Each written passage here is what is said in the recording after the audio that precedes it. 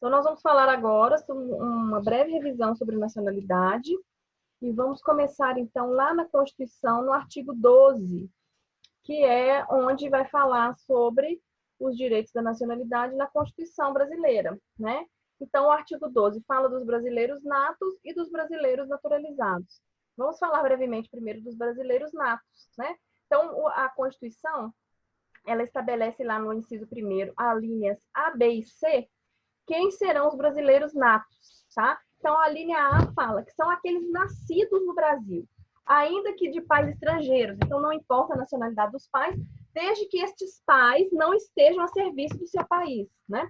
Se os pais estiverem a serviço do país, essa criança, mesmo nascida no território nacional, não será brasileira.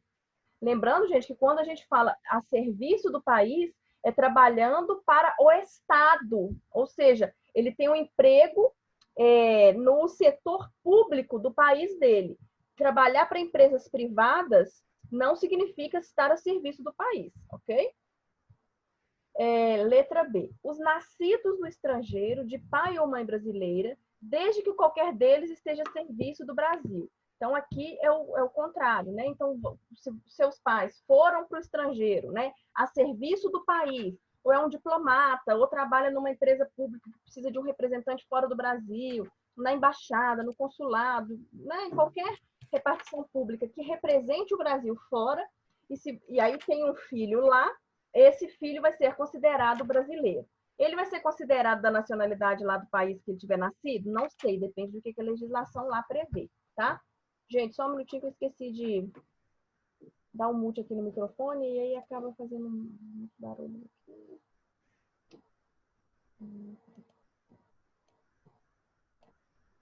Continuando, então.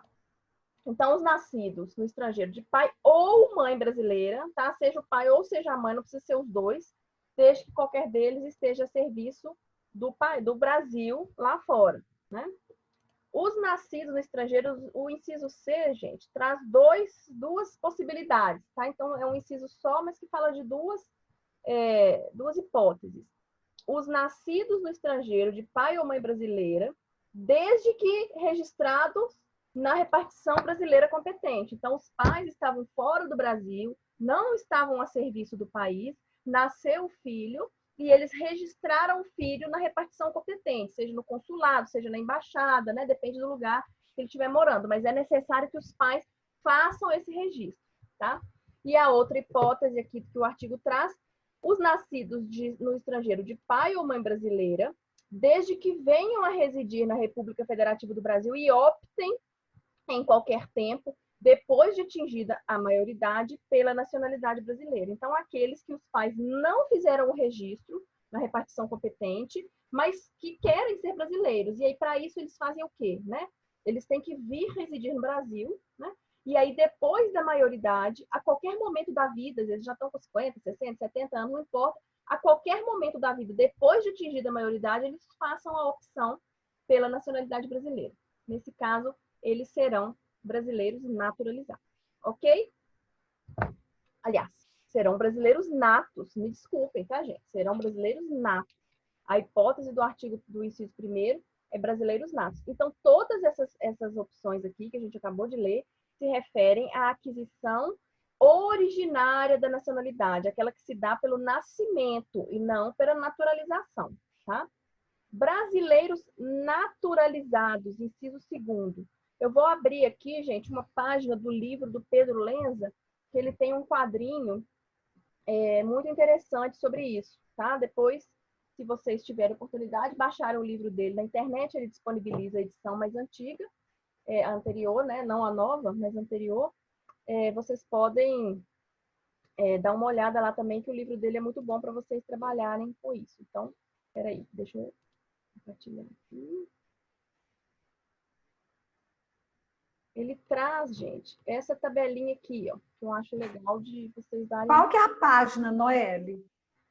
Essa edição minha aqui é de 2018. Então, é um PDF que está aberto na página 1506. Mas eu acho que é mais fácil anotar o tópico. Ó. É o tópico 16.4.1. Porque pode ser que mude a página de uma edição para outra, né? Costuma mesmo mudar. 16.4.1? Isso. Então, gente, olha só. Aqui fala de brasileiros naturalizados. Então, ele divide aqui naturalização tácita ou expressa. Essa naturalização tácita aqui, a gente nem precisa falar sobre ela, porque é uma hipótese de naturalização prevista na Constituição de 1891, tá? Então, eu nem falei sobre isso com vocês, a gente nem teve isso, nem tem isso mais. Foi uma vez na época da história da nossa Constituição que isso foi previsto. Então, isso nem nos importa aqui, tá? O que importa para nós é a naturalização que está expressa na Constituição, tá? E essa naturalização, ele faz essa subdivisão aqui que ficou bem legal nesse quadrinho. Ele trabalha aqui, ó, a naturalização extraordinária, ou também chamada de quinzenária, que é aquela prevista na linha B.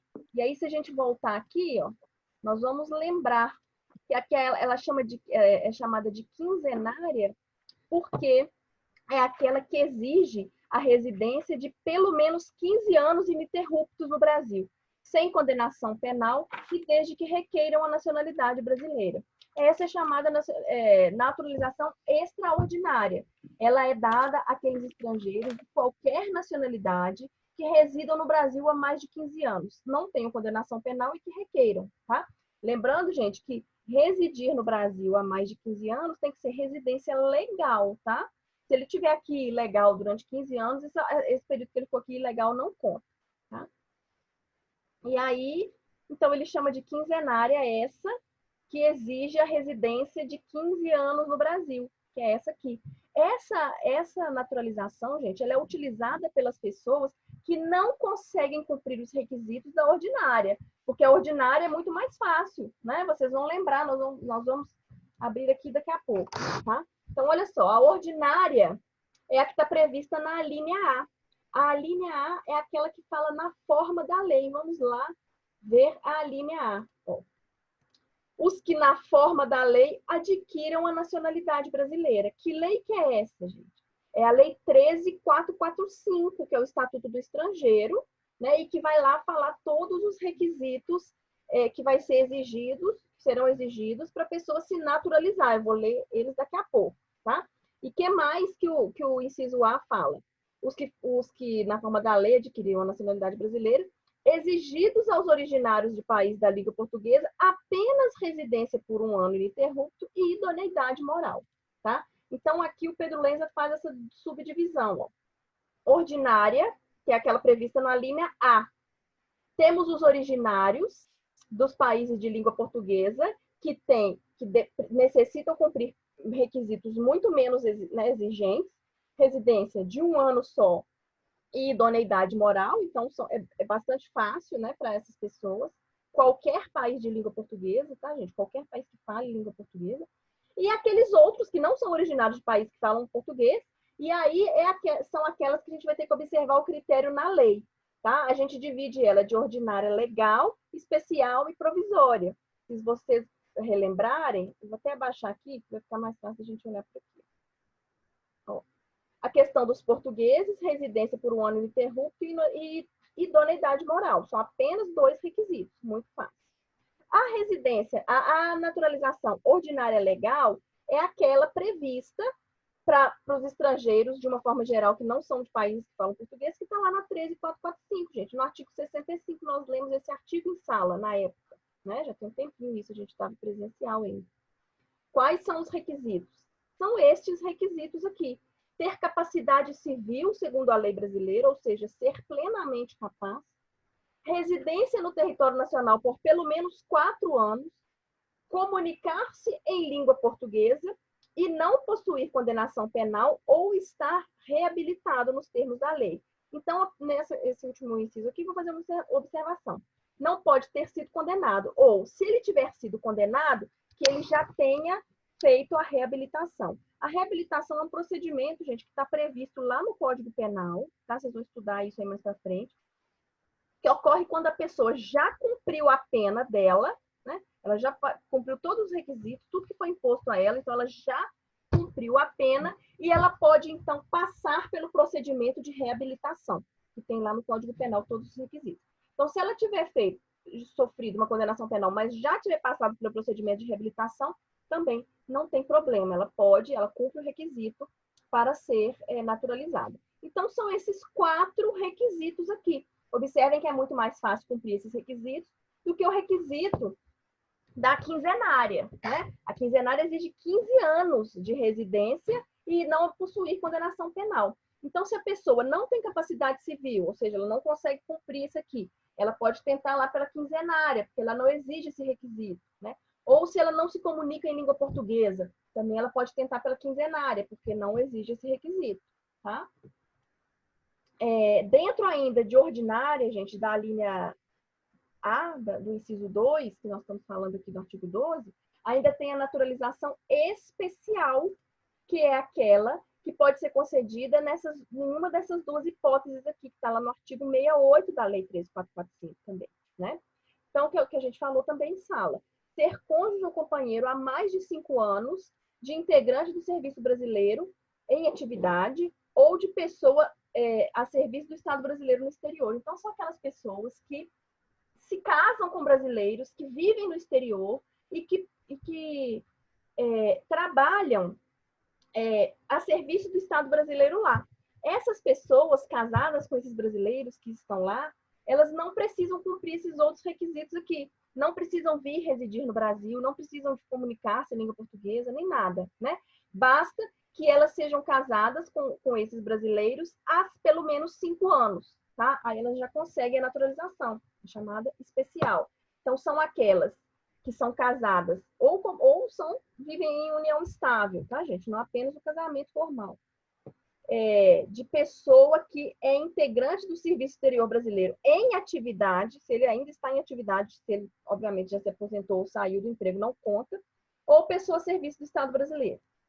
E também para aquela pessoa que é ou tenha sido empregada em missão diplomática ou repartição consular no Brasil por mais de 10 anos. Então, são aquelas pessoas que trabalham na missão diplomática brasileira no exterior. Então, se vocês imaginem um consulado ou uma embaixada, o tanto de funcionário que tem. Não todos são trazidos do Brasil, né? Muitos são ali do local mesmo. São serviços que não são essenciais, que não são serviços fins do consulado, né? São serviços meio, que podem ser praticados, exercidos por qualquer pessoa. Então, geralmente, essas pessoas são locais contratados lá mesmo. Essas pessoas que trabalharam lá por 10 anos ininterruptos podem se naturalizar brasileiros, sem que se tenha necessidade de se cumprir os requisitos esses outros requisitos aqui que a gente já havia lido.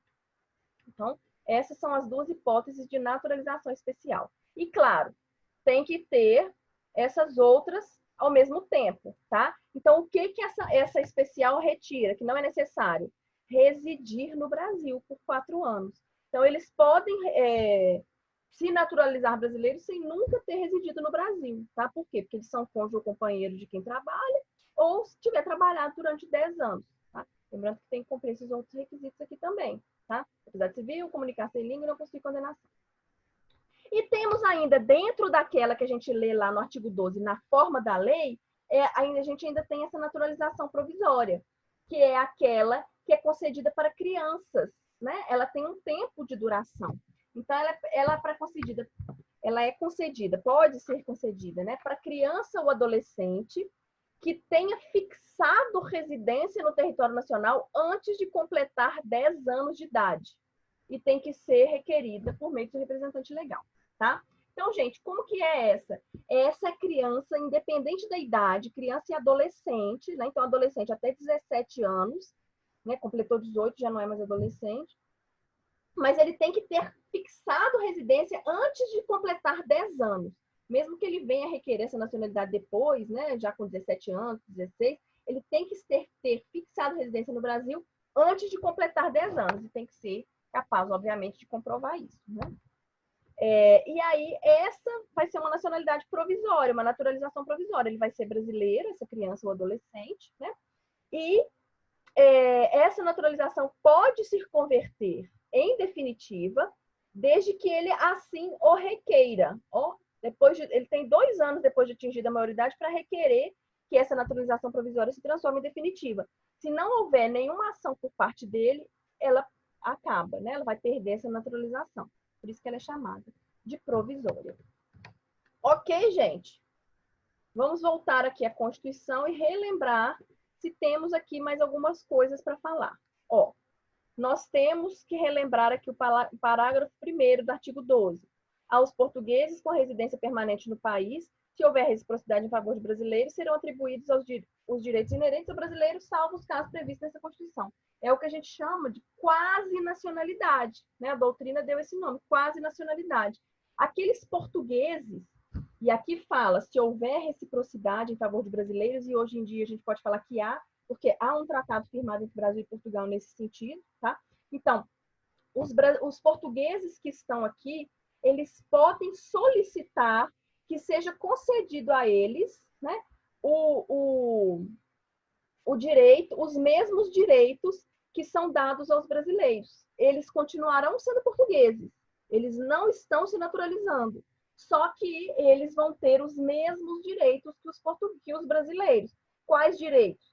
Os direitos, por exemplo, de votar, os direitos de ser votados, de participar de eleição, a não ser naqueles cargos que são privativos de brasileiros natos, tá? De ocupar cargo público, porque cargo público geralmente exige-se a nacionalidade brasileira, tá? Então, ele vai solicitar que seja dado a ele esse tratamento. Não é todo português que chega aqui que tem esse tratamento, tá, gente? A pessoa tem que solicitar, ela tem que pedir, entrar, fazer um requerimento e pedir que ela seja tratada com base nessa reciprocidade que a Constituição pediu. Lembrando que ela não está se naturalizando, ela continua sendo portuguesa, ok?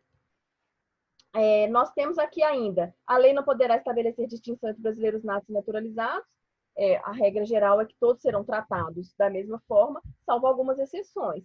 A exceção mais importante que a gente tem que lembrar se refere aos cargos que são privativos de brasileiros natos que estão no parágrafo 3º da Constituição. Quais são? Presidente e vice-presidente, presidente da Câmara dos Deputados, presidente do Senado Federal, ministro do STF, funcionários da carreira diplomática, oficial das Forças Armadas e ministro de Estado da Defesa. Ok? Muito bem.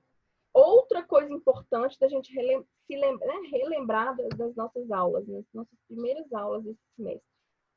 A possibilidade de perda da nacionalidade. Tanto o brasileiro nato quanto o brasileiro naturalizado podem perder a nacionalidade, tá? Em que hipótese? Se tiver cancelada a sua naturalização por sentença judicial transitada em julgado em virtude de atividade nociva ao interesse nacional, tá? Isso, gente, vai ser no bojo de um processo judicial, que vai considerar que aquela pessoa praticou uma atividade e essa atividade foi considerada dentro daquele processo como atividade nociva ao interesse nacional. E aí ele pode ter a sua naturalização cancelada, tá? Ou aquele brasileiro que adquirir outra nacionalidade, seja ele nato ou seja ele naturalizado, o brasileiro que adquirir outra nacionalidade, a regra geral é que ele vai perder a brasileira. Com duas exceções, aqui, ó, salvo nos casos de reconhecimento de nacionalidade originária por lei estrangeira, aqueles casos em que a pessoa ela é descendente de algum imigrante e por causa dessa descendência ela tem direito a ter uma nacionalidade de outro país, né? É o caso de concessão de nacionalidade originária, aquelas pessoas que netos, né, bisnetos de italiano, de português, que são os mais comuns, né? Então, aqui não há problema, a pessoa não está se naturalizando, ela está sendo concedida a ela a nacionalidade de forma originária em virtude do nascimento dela, né? Pelo fato dela ter nascido e ter como ascendente um italiano, português ou o que for, ela tem direito a ter também essa nacionalidade. Então, nesse caso, ela não perde a brasileira, tá? Outra exceção é no caso de imposição de naturalização pela norma estrangeira ao brasileiro residente em estado estrangeiro como condição para sua permanência em seu território ou para o exercício de direitos civis. O caso de quando os brasileiros vão para fora do Brasil e para que eles permaneçam no país, está se exigindo deles que eles se naturalizem, ou seja, eles não estão querendo se naturalizar por vontade própria, mas para que eles possam continuar a permanecer lá, ou para que eles possam para que eles possam exercer minimamente direitos civis, estão exigindo que ele se naturalize, ele não vai perder a nacionalidade brasileira também por causa dessa naturalização, por causa dessa aquisição de uma outra nacionalidade. Ok, gente? Relembraram isso? Muito bem. Ok. Dentro de nacionalidade, uma coisa antes da gente entrar em direito político, que a gente tem que relembrar também, diz respeito à extradição. Lembram da extradição? A extradição é aquele procedimento, né, em que um país solicita ou entrega uma pessoa para um outro país que está solicitando, tá? E aí, nisso aqui, nós vamos ver a lei 13445, tá, gente? Vamos ver aqui aonde que está. Aqui, ó. Começa no artigo 81, tá? Então, o que é a extradição para a gente relembrar? A extradição ocorre quando uma pessoa pratica um crime, né? Ela pode ser passiva ou ativa, né? A passiva ocorre quando o Brasil é solicitado. Alguém pede ao Brasil que ele entregue uma pessoa que está aqui, né?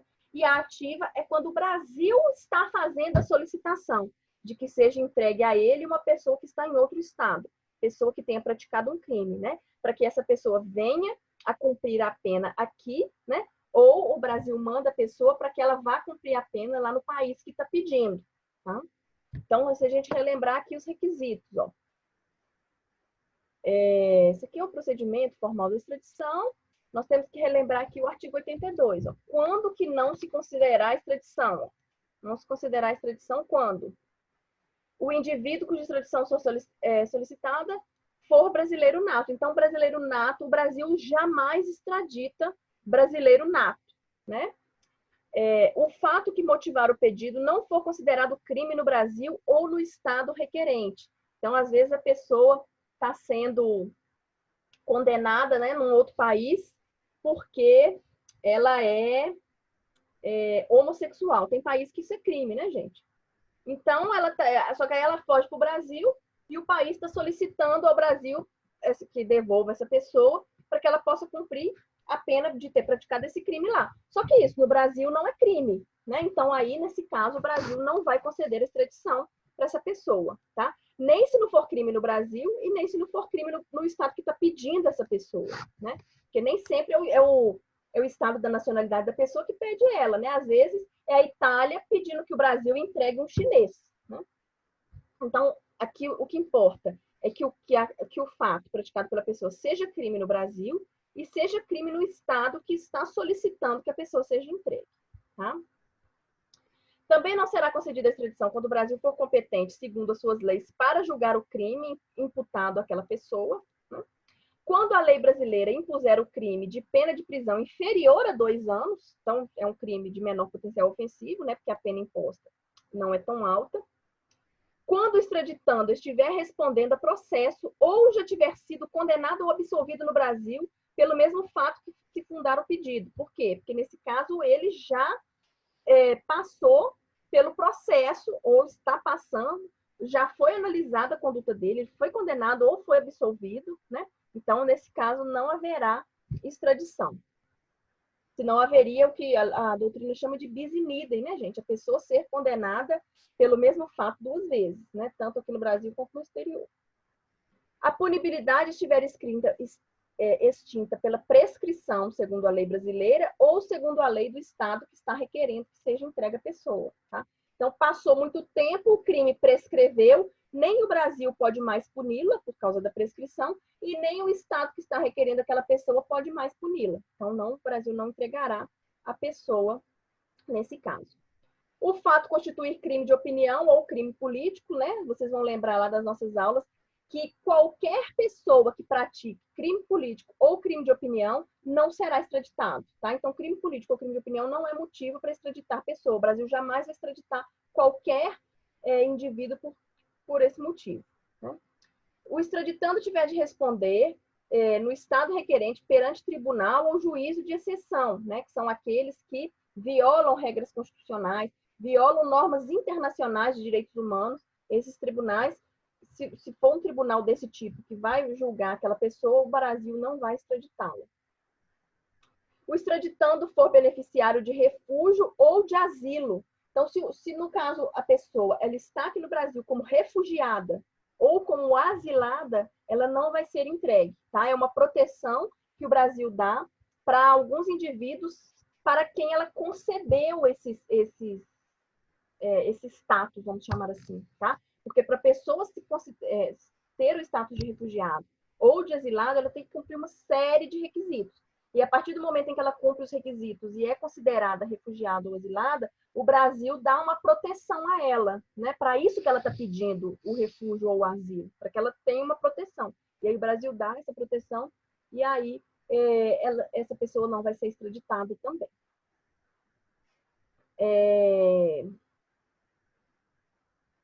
Outra coisa aqui, ó. Admite-se a extradição de brasileiro naturalizado nas hipóteses previstas na Constituição Federal. Lembram disso, gente? Está lá no artigo 5º. Deixa eu achar aqui. Peraí. Eu não sei o inciso de cor. Quando que o brasileiro naturalizado será extraditado? Se alguém achar aí antes de mim, me fala, tá, gente? Qual que é o inciso do artigo 5º? Eu não sei de cor. Alguém anotou aí no caderno?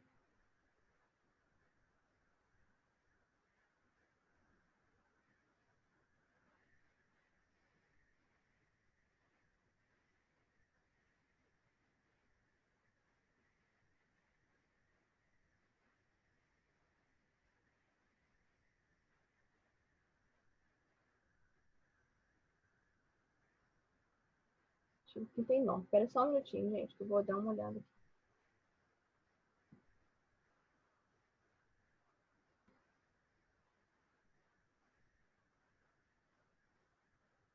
Estão vendo aqui minha tela?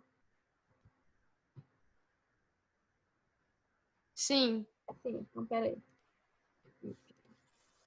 Aqui no Pedrinho não vou achar. Ninguém anotou isso no caderno, não, gente? Qual é o inciso do artigo 5º? Eu acho que é L1. L1? L1? Acho que é. 51. 51. Eu não tentei. Ai, desculpa, gente. Eu pus aqui L1. Aqui, ó, é isso mesmo. Ah. Nenhum brasileiro será extraditado, salvo o naturalizado, em caso de crime comum praticado antes da naturalização ou de comprovado envolvimento em tráfico ilícito de entorpecentes e drogas afins. Então, o que é isso, gente? O brasileiro nato não vai ser extraditado. O brasileiro naturalizado, em regra, não. Mas ele pode ser naturalizado ele pode ser extraditado em duas hipóteses. No caso dele ter praticado qualquer crime antes da naturalização, né? Então ele praticou um crime hoje, amanhã se naturalizou, ele pode ser extraditado por esse crime, porque ele foi praticado quando ele ainda não era brasileiro, né?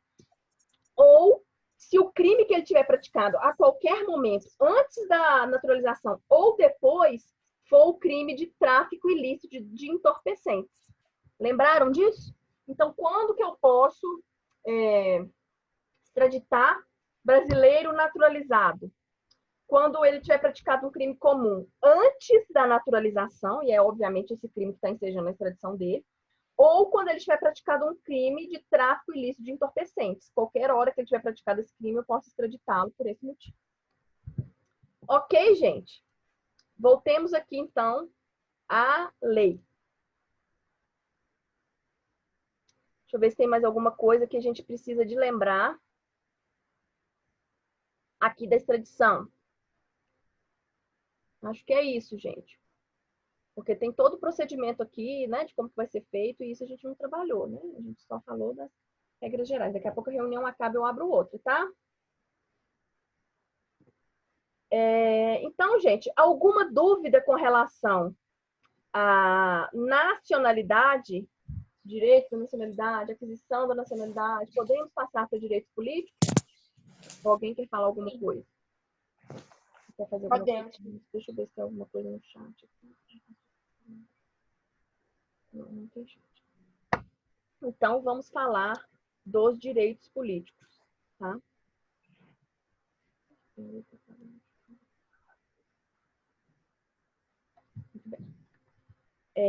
Então, eu vou botar aqui a Constituição. Aí nós temos que voltar lá no artigo 16.